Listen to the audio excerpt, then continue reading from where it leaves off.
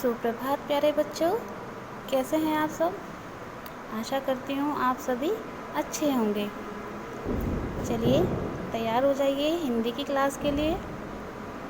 आज हम अपना चैप्टर 1 स्टार्ट करेंगे। सो पेज नंबर 7 ओपन करेंगे। पार्ट 1 और पार्ट का नाम है तुम भी ऊंचे बन जाओ। ये जो कविता है इसके जो रचयिता हैं वो सोहनलाल द्विवेदी जी हैं। इस कविता को सोहनलाल द्विवेदी जी ने लिखा है। देखो बच्चों, प्रकृति हमारी सबसे बड़ी शिक्षक होती है, यानी कि प्रकृति से हमें बहुत कुछ सीखने को मिलता है। इसमें उपस्थित विभिन्न वस्तुएं हमें विभिन्न प्रकार की शिक्षाएं देती हैं। यानी कि इसमें जो विभिन्न वस्तुएं होती हैं, जैसे पेड़ है, नदी हैं, झरने हैं, पहाड़ हैं, इन सबको देखकर हमें कुछ न कुछ सीखने को मिलता है। तो आइए प्रकृति में कौन सी वस्तु से हमें क्या सीख मिलती है वो हम अपनी इस कविता के अंदर पढ़ेंगे। स्टार्ट करते हैं। पर्वत कहता शीश उठाकर तुम भी ऊंचे बन जाओ, सागर कहता है लहराकर मन में गहराई लाओ। जो पर्वत है वो क्या कहता है, पर्वत कैसा होता है, ऊंचा होता है। तो वो शीश उठाकर क्या कह रहा है कि बच्चों तुम भी मुझ समान, मेरे समान ऊंचे बन जाओ, है ना। कि तुम इतने अपने आप को इतने सक्षम पढ़ लिख कर इतने अच्छे बन जाओ, इतने सक्षम हो जाओ कि मेरे समान ऊंचे बन जाओ, कि मेरी तरह ऊंचाइयों को छुओ। सागर कहता है लहराकर। अब सागर जो लहराता है उसकी लहरों से हमें क्या शिक्षा मिलती है कि मन में गहराई लाओ। अपने मन में गहराई लाओ मीन्स क्या, इसका मतलब क्या होता है कि अपने मन को इतना गहरा बना लो कि उसमें हर बात समा जाए, है ना। समझ रहे हो क्या कहती है उठ उठ गिर गिर तरल तरंग। जो समुद्र की लहरें होती हैं वो कैसी होती हैं, उठती हैं गिरती हैं, उठती हैं गिरती हैं, होती हैं ना ऐसे ही। तो उनकी जो तरंग है वो क्या कह रही हैं, भर लो अपने मन में मीठी मीठी मृदुल उमंग। जो सागर की लहरें हैं वो हमें ये कह रही हैं, उनसे हमें यह शिक्षा मिलती है कि अपने मन में मीठी मीठी मृदुल उमंग, यानी कि मृदुल माने होता है मीठी, उमंग माने खुशियाँ। अपने मन में खुशियाँ भर लो, है ना। हमेशा खुश रहो और अपने मन को खुश रखो, अपने मन में खुशियाँ भर लो। कभी भी अपनी लाइफ में, कभी अपने जीवन में हमें निराश नहीं होना चाहिए, है ना। ये हमें सागर की लहरों से सीख मिलती है कि कभी भी हमें अपने जीवन में निराश नहीं होना चाहिए। पृथ्वी कहती धैर्य न छोड़ो, कितना ही हो सिर पर भार। पृथ्वी के ऊपर देखा है आपने कितना भार होता है, कितने घर बने होते हैं, कितने लोग रहते हैं पृथ्वी के ऊपर, गाड़ियाँ चलती हैं, सब कुछ पृथ्वी के ऊपर ही तो है। लेकिन क्या कभी आपने कहा है, देखा है पृथ्वी को ये कहते हुए कि नहीं मुझे तो बोझ लग रहा है, नहीं ना।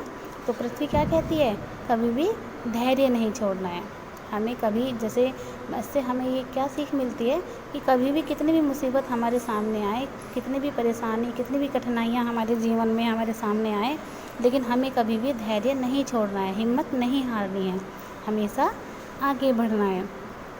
नभ कहता है फैलो इतना, ढक लो तुम सारा संसार। नभ मीन्स आकाश।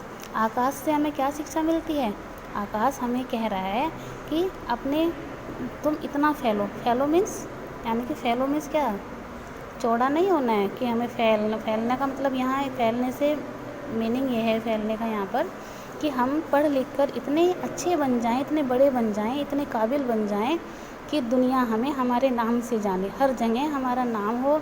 जब तक हम इस दुनिया में हैं तब तक हमें लोग हमारे पहचान से जाने और हमारे जाने के बाद भी हमें लोग याद करें।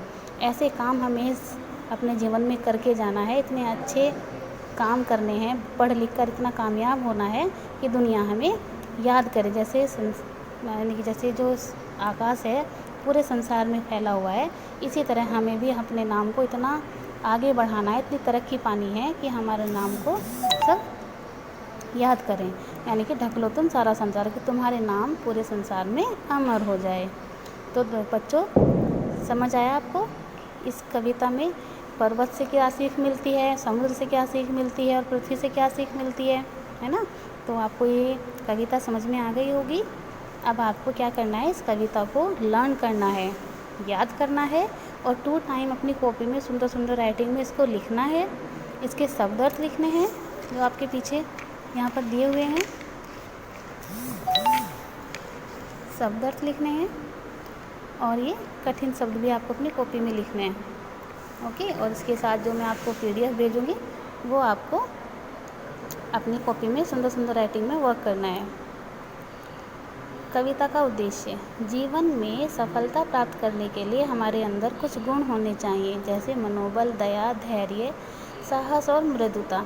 ये गुण हमारे जीवन को श्रेष्ठ बनाने में सहायक करते हैं। यानी कि कविता का क्या उद्देश्य है, जो कवि है वो क्या क्या हमें कहना चाह रहा है, क्या सिखाना चाह रहा है, उसका उद्देश्य क्या है कि जीवन में हमें सफलता प्राप्त करने के लिए हमारे अंदर गुण होने चाहिए। किसी भी काम में सफलता प्राप्त करने के लिए हमें हमारे अंदर क्या होना चाहिए, दया भाव होना चाहिए, सबके प्रति दया का भाव होना चाहिए, धैर्य होना चाहिए, यानी कि हमें किसी भी काम के लिए बहुत जल्दी नहीं करनी चाहिए, साहस और हिम्मत भी नहीं हारनी चाहिए, साहस भी होना चाहिए, है ना। मृदुता, अपने व्यवहार को हमें मृदुल बनाना है ना।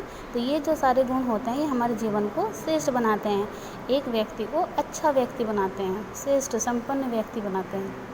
तो बच्चों, समझ में आई आपको कविता? अच्छी है ना। तो इसी तरह आपको समझनी है, पढ़नी है, इसको समझनी है और सुंदर सुंदर राइटिंग में अपना वर्क करना है। Okay, thank you.